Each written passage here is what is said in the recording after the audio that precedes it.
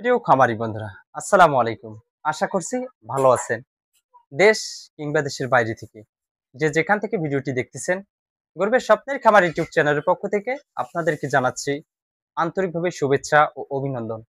আশা করছি পুরো ভিডিওটি জুড়ে আমার সাথেই থাকবেন এবং যদি ভিডিওটি ভালো লেগে থাকে তাহলে অবশ্যই একটি লাইক, কমেন্ট, শেয়ার এবং আমার এই চ্যানেলটিকে সাবস্ক্রাইব করে আমার সাথেই থাকবেন। তো চলুন আর কথা না বাড়িয়ে ভিডিওটি শুরু করা যাক। বন্ধুরা, এতক্ষণে হয়তো আপনারা আমার ভিডিওর থাম্বনেইল দেখে বুঝে গিয়েছেন আসলে কি সম্পর্কে এই ভিডিওটি নিয়ে আপনাদের সামনে উপস্থিত হয়েছি।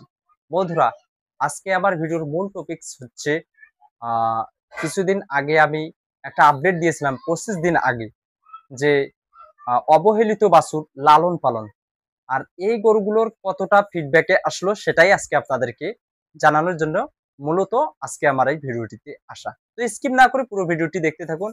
আশা করা যায় যে কিছু হলে আপনারা শিখতে পারবেন। বন্ধুরা, অবহেলিত বাছুরগুলো আমি লালন পালন একটা ভিডিও দিয়েছি। সেখানে গরুগুলো হয়তো আপনারা দেখতে পেয়েছেন। এবার আপনারা 25 দিন পর সেই গরুগুলোই আপনাদেরকে দেখানোর চেষ্টা করতেছি। আপনারা এই গরুগুলোকে দেখেন আসলে কি রকম পরিবর্তন হয়েছে। আপনাদেরকে আমি স্ক্রিনে দেখানোর চেষ্টা করব যে 25 দিন আগে গরুগুলো কি রকম ছিল, এখন দেখেন মার্শাল্লাহ অনেকটাই গ্রোথে এসেছে। তারপর এটা দেখেন, এই যে দেখেন অনেকটাই কিন্তু ভাই আপনারা চিনতেই পারবেন না। আপনাদেরকে স্ক্রিনে আমি দেখাবো, দেখেন ওই বাছুরগুলো। তো বন্ধুরা, আপনারা বলতে পারেন যে ভাই আসলে কিভাবে আপনি গরুগুলোকে লালন পালন করেন যে এত দ্রুত এতটা গ্রোথে আসলো বা পরিবর্তন আসলো। তো বন্ধুরা, আপনারা এই গরুগুলো ক্রয় করবেন, এগুলোতে লাভ আছে। ঠিক আছে, এগুলো হচ্ছে অবহেলিত বাছুর। এগুলো কিন্তু মানুষ কম কিনতে চায়। যেটা মানুষের চোখে ধরে ওই জিনিসটাই মানুষ বেশি ক্রয় করে। তাই ওই জিনিসটার দাম বেশি হয়।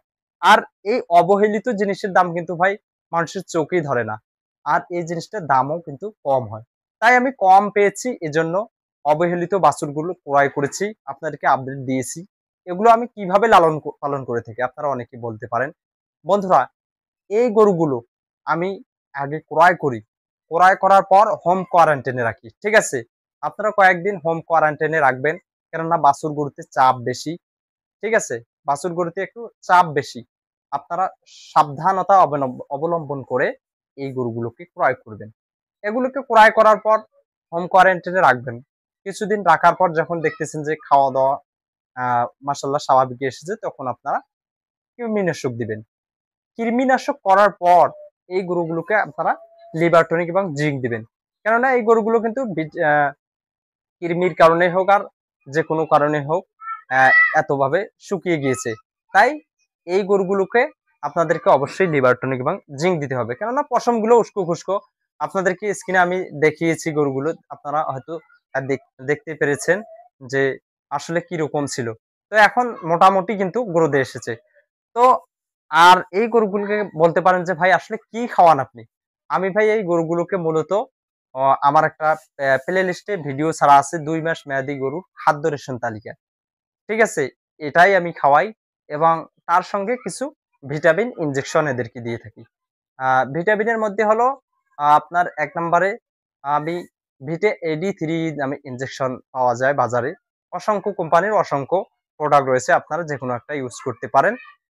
আমি ভিটা AD ইনজেকশন এদেরকে প্রতি ৭ দিন পর, পর দিয়েছি। তার সাথে আ আমি দিয়েছিলাম আপনার হলো আ এগুলোকে কেটাফসভেট ইনজেকশনটা আমি এদেরকে দিয়েছিলাম। ঠিক আছে? এর সাথে এই গরুগুলোর কিন্তু ভাই রুচিটার একটু সমস্যা থাকে। রুচির কারণে কিন্তু গরু শুকিয়ে যায়। এই গরুগুলোকে আমি বায়োনল ফোর্ট যে ইনজেকশনটা রয়েছে সেটা দিয়েছিলাম। ঠিক আছে? তো বন্ধুরা, এগুলো দিয়েই আমি কিন্তু গরুগুলোকে ফিডব্যাকে এনেছি মাশাআল্লাহ। মোটামুটি গরু দিয়েও এসেছে দেখেন। আরেকবার আপনাদেরকে দেখানোর চেষ্টা করতেছি। এগুলো কিন্তু ভাই অবহেলিত বাছুর। এগুলোতে লাভ সবথেকে বেশি পাওয়া যায়। এখন কিন্তু আমি বাজারে নিয়ে গেলে এই গরুগুলোই মানুষ আগে দেখবে। ঠিক আছে? আর তাই এই গরুগুলোর দামটাও বেশি পাবো। তো বন্ধুরা, জানি না কাকে কিরকম ভিডিওটা লাগলো। অবশ্যই কমেন্ট বক্সে জানিয়ে দিবেন। তো আর কথা না বাড়িয়ে ভিডিওটি এখান থেকে শেষ করছি। আসসালামু আলাইকুম ওয়া রাহমাতুল্লাহি ওয়া বারাকাতুহু।